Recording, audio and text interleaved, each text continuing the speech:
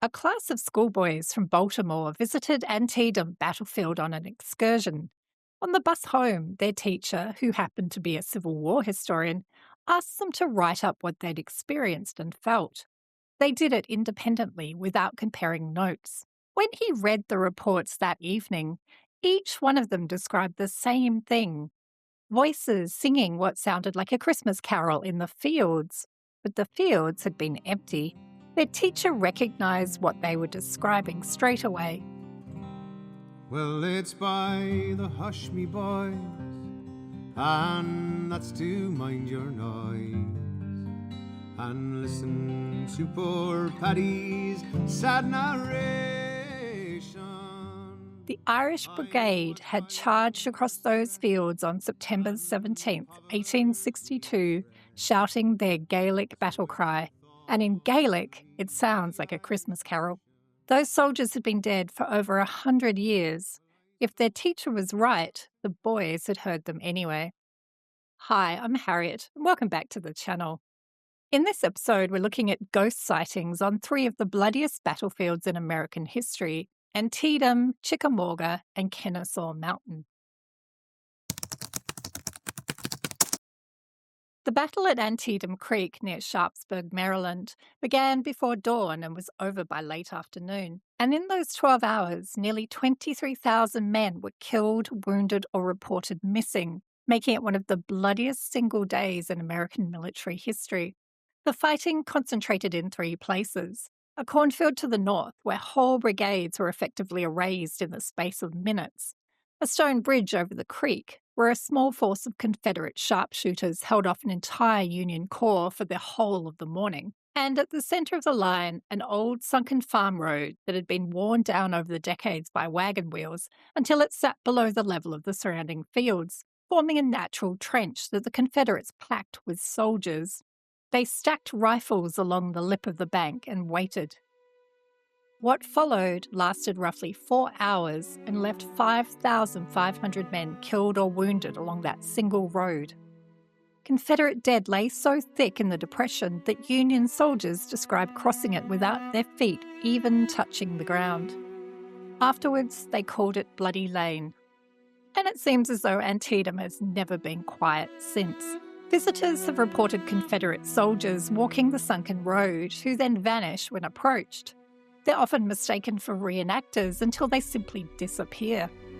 At Burnside Bridge, where hundreds were buried in unmarked graves, people have described blue lights drifting over the water and the sound of a drum beating cadence before fading into nothing.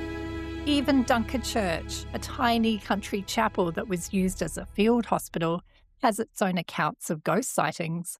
But the account that's the most poignant, I think, is the boys' field trip and what they heard. The Irish Brigade, who had charged that sunken road that morning, centred on three Irish New York regiments, with the 29th Massachusetts attached. Their commander was Brigadier General Thomas Francis Meagher, and his story alone deserves its own video. This was a man who had been sentenced to death in Ireland for leading an armed rebellion against the British Crown. He'd escaped the penal colony in Tasmania on a small boat, washed up in New York, and within a decade had raised an army of Irish immigrants willing to fight and die for a country that wasn't even theirs yet.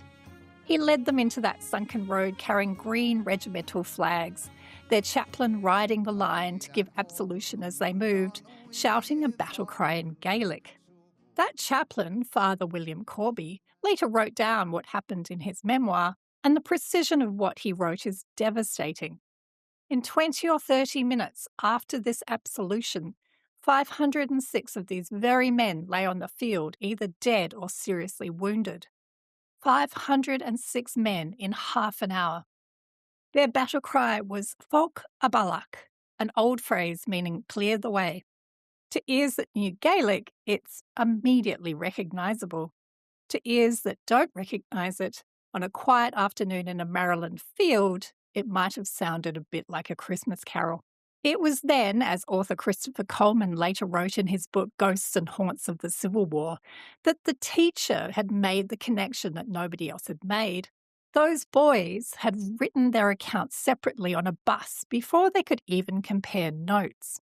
None of them could have had any idea what a Gaelic battle cry sounded like, and every single one of them reached for the same comparison. The Irish Brigade monument at Antietam wasn't put up until 1997, 135 years after the charge, and the landscape held them quietly for over a century before anyone put up a stone to honour them. The Battle of Chickamauga was fought in dense, tangled forest in North Georgia over 3 days in September 1863. It was the second bloodiest engagement of the entire war. Roughly 34,000 casualties in woodlands so thick that units lost sight of each other within yards and, in several documented cases, fired into their own side by mistake. The dead were buried where they fell. Later, most were moved to Chattanooga National Cemetery. Nearly 1,800 couldn't be identified. Only one soldier remains buried on that actual battlefield. His name was Private John Ingram, a Confederate, whose family lived close enough that they buried him where he fell because home was just down the road. Everyone else is gone. The battlefield had been empty of its dead for over 150 years. And yet the accounts of strangeness here are older than at any other Civil War battlefield I could find. In 1876, just 13 years after the battle, a local man named Jim Carlock described coming across something on the Chickamauga battlefield at night, a large, unaccountable figure moving in the darkness. His account was written down decades later in a county history, which makes it remembered testimony rather than contemporary record, but it's there and it predates everything that came after it by nearly a century. Exactly 100 years later, a man named Edward Tinney was walking back to his car along Glen Kelly Road at 4 a.m. Tinney had spent years working on that battlefield and knew every shadow and every path. But that night, standing on the road, he saw a tall figure dressed in a long, dark coat, perfectly still in the darkness. And then it started coming straight for him. He described the feeling later as the kind of cold that starts somewhere inside you rather than from the air around you. The figure kept coming, and then it vanished. Tinney had worked at that park for over 30 years in total, walking those same roads in the dark. He never once took back what he said he saw. And of course, there's the most famous ghost story at Chickamauga. It's the legend of Old Green Eyes. These are pale green lights moving low through the trees near Sodgrass Hill and Brotherton Field, usually attributed to a Confederate soldier searching for his lost head or a pre-war entity or something older still. It's a kind of legend that accumulates around a place like this, picking up details with each retelling. Jim Ogden, the park's own chief historian, stated on record that the modern Green Eyes legend was started by a former park employee in the late 1960s. When Ogden arrived in 1982, it was already circulating widely. The legend, as most people tell it, is roughly 60 years old. It's a modern invention. But if it's a modern legend, what did Jim Carlock in 1876 seen? On the 27th of June 1864, General Sherman ordered a frontal assault on Confederate positions fortified into the ridge. At a section of the line called Dead Angle at Cheatham Hill, the two armies fought at distances close enough that men reached across the parapet to grab each other's weapons. The undergrowth caught fire from the guns. Sherman called a ceasefire to pull the Union wounded from the burning ground.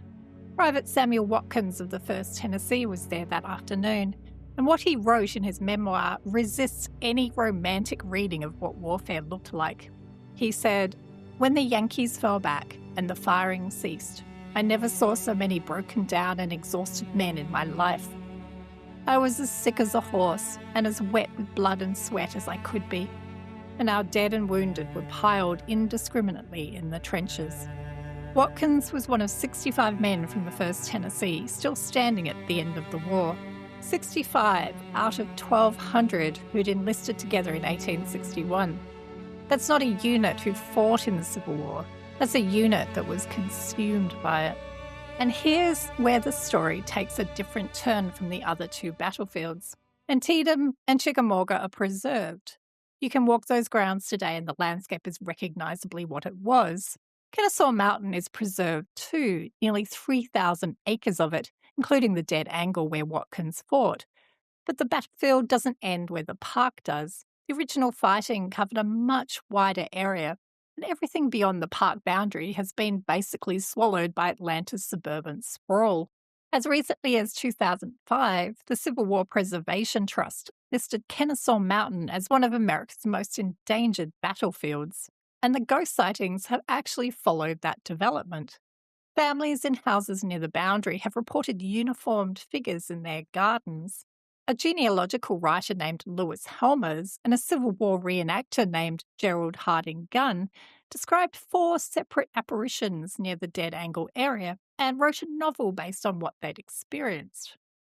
In October 2007, a father and his teenage son were driving through the battlefield park at night when a horse and rider came out of the darkness and crossed directly in front of their car. Both were Civil War enthusiasts, the kind of people who can identify a Union cavalry officer's uniform on sight, and that's exactly what they described. A Union cavalry officer, full dress, carrying a sabre, crossing the road in their headlights. Not surprisingly, the father braked suddenly. The rider crossed to the far side of the road, passed through a fence as though it didn't exist, and disappeared. A local journalist who reported this account wrote that he knew both witnesses personally. They asked to remain anonymous, which, given what they described, is actually pretty fair. Drew Gilpin-Forst, in her study of the Civil War dead, argues that the conflict produced losses that overwhelmed every mechanism American society had ever used to process grief. Too many dead and too many scattered, unidentified dead. Society that had always known where its people were buried suddenly couldn't account for hundreds of thousands of its sons. Perhaps the ghost traditions at these battlefields is simply what that looks like. It's grief with nowhere else to go, soaking into the ground because nothing else could hold it. If you want more on Civil War ghosts, I've also covered the tattered man on Devil's Den at Gettysburg in an earlier video, and I'll leave a link in the description below. If you've been to any of these battlefields or experienced anything like this, I'd love to hear about it in the comments. And if you've enjoyed this, please consider subscribing or becoming a member. It really makes a big difference. I'll see you next time.